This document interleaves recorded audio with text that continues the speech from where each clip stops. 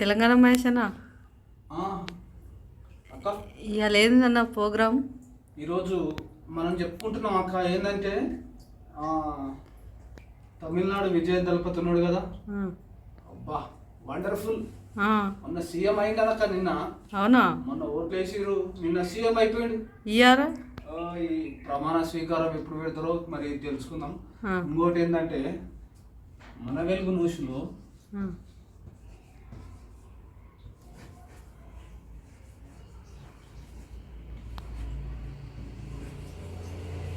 మన వెలుగు న్యూస్లో మనం ఏం చెప్పబోతున్నాం అంటే ఈ చిన్న న్యూస్లా తమిళనాడులా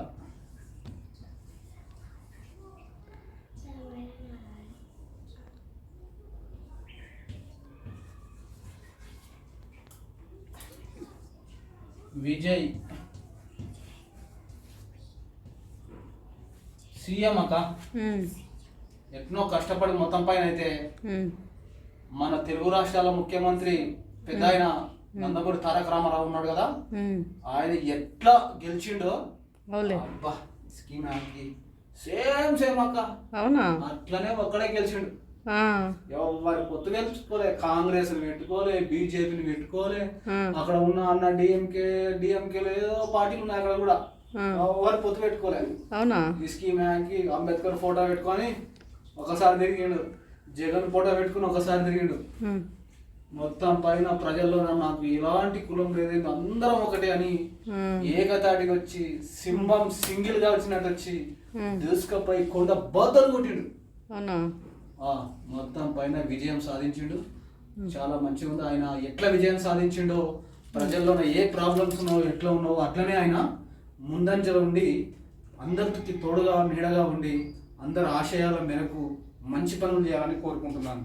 అదేవిధంగా మరి వాళ్ళ భార్య, ఆయనకు ఒక కొడుకు బిడ్డ ఉన్నట్టుంది. వాళ్ళ అమ్మ